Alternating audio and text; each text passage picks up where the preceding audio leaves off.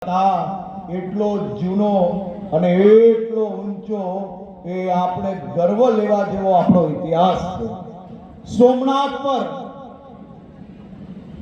જ્યારે મોહમ્મદ ગજનવીએ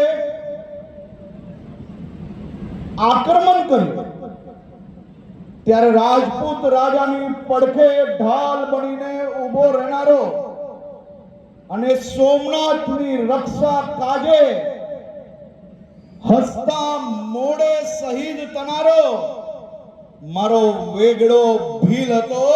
આદિવાસી સમાજનો ગૌરવ હતો અને એ ગૌરવને આગળ વધારવા માટે સદીઓ સુધી વેગળા ભીલની સોમનાથના રક્ષણ કાજે જે શહાદત હતી એ આવનારી પેઢીઓ બી ના ભૂલે તે માટે રાજ્ય સરકાર દ્વારા આ વર્ષે આપણા સોમનાથ દાદાની 1000 વર્ષની આ અતૂટ આસ્થાનું પર્વની ઉજવણી હમણાં થઈ રહી છે.